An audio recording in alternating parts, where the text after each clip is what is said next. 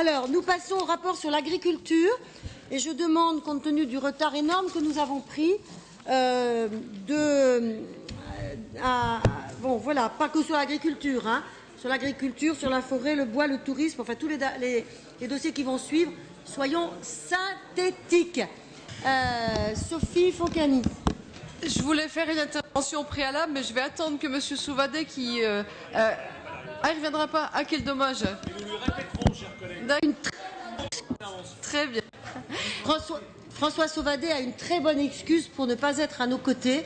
C'est une excuse d'ordre personnel, mais qui est une très bonne excuse. Il a une fille qui défend un master, je ne sais plus dans quelle discipline, à Paris, et donc il est à ses côtés. Voilà.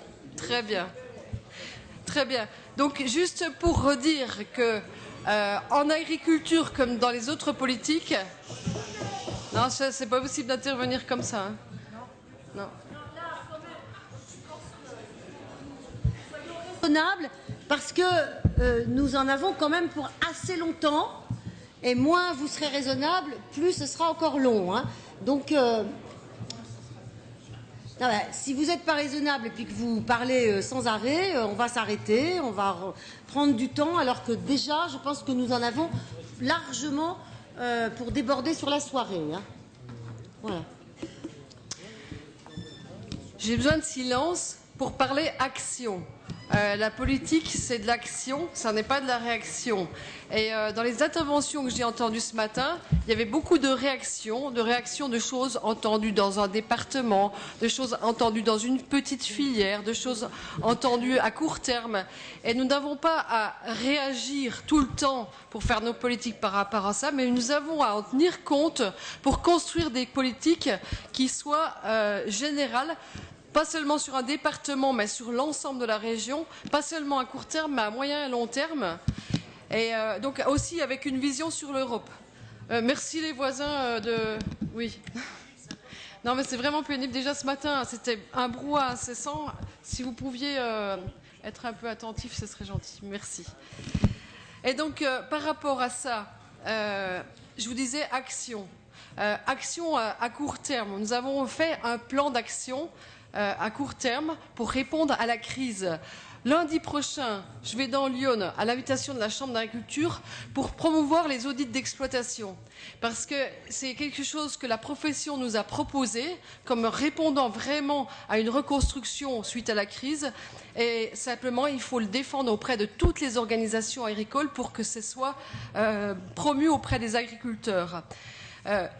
À moyen terme, nous sommes aussi dans la construction, je vous donne juste quelques illustrations sur le moyen terme dans les conférences filières. En ce moment, nous traitons de toutes les filières, y compris de la filière cassis dont nous avons parlé ce matin, pour laquelle j'ai appelé le draft tout à l'heure et pour laquelle se trouvera des solutions, je l'espère. Donc une construction de toutes les filières et en vue, merci. De vous taire, merci. Non, mais au moins, si vous parlez avec votre voisin, parlez au souffle, mais pas fort comme ça. À plus long terme, nous sommes en travail avec les départements, non pas avec un département, avec les 8 départements, sur le PRDA, dans tous les domaines, que ce soit des filières, que ce soit des domaines thématiques comme le sanitaire ou l'installation. Et puis je rajouterai aussi, hier j'étais à l'ARF en commission agricole. Nous sommes en train, avec les régions de France, de donner une copie pour le prochain PDR, la prochaine version du PDR au niveau européen, pour dire un peu qu'est-ce que les régions de France souhaitent pour permettre d'avoir une sécurisation du revenu des agriculteurs et en même temps leur permettre d'aller vers une transition. Voilà, donc juste c'était un cadrage, parce que c'est souvent agaçant d'être interpellé sur un dossier aussi dense, juste par quelques petits exemples tirés de ci, de là. J'en viens au rapport, il y en a 3. Le premier, c'est un rapport sur des règlements. Alors ça paraît peut-être rébarbatif ou technique, mais c'est ce qui nous permet, c'est la colonne vertébrale qui nous permet de mettre en œuvre nos politiques. Et donc dedans, le rapport, là, il y a des règlements sur les actions d'animation et manifestation, sur la recherche-expérimentation, sur l'aide aux jeunes agriculteurs, sur la mise en valeur des espaces pastoraux, sur l'accompagnement à l'installation d'agriculture et sur les projets de commercialisation locaux et de produits agroalimentaires.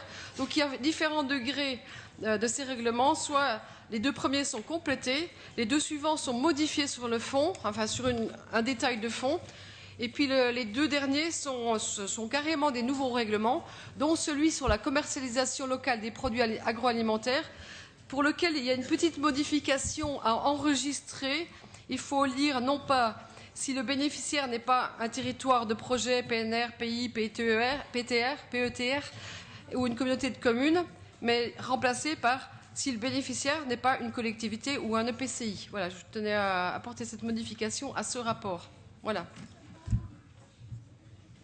Il faut que je répète quoi, la modification? Alors, c'était marqué si le bénéficiaire n'est pas un territoire de projet, PNR, PI, PETR ou une communauté de communes, en remplacer si le bénéficiaire n'est pas une collectivité ou un EPCI. C'est une façon d'être plus large.